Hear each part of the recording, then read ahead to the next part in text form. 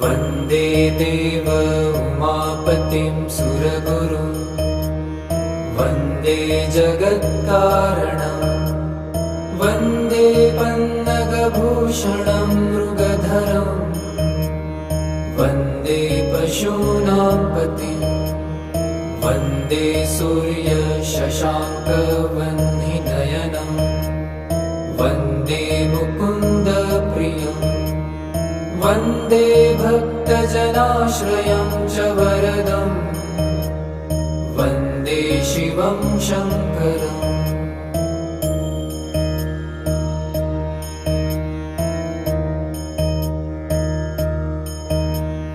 वन्दे देव उमापतिं सुरगुरुं वन्दे जगत्कारणं वन्दे पन्नगभूषणं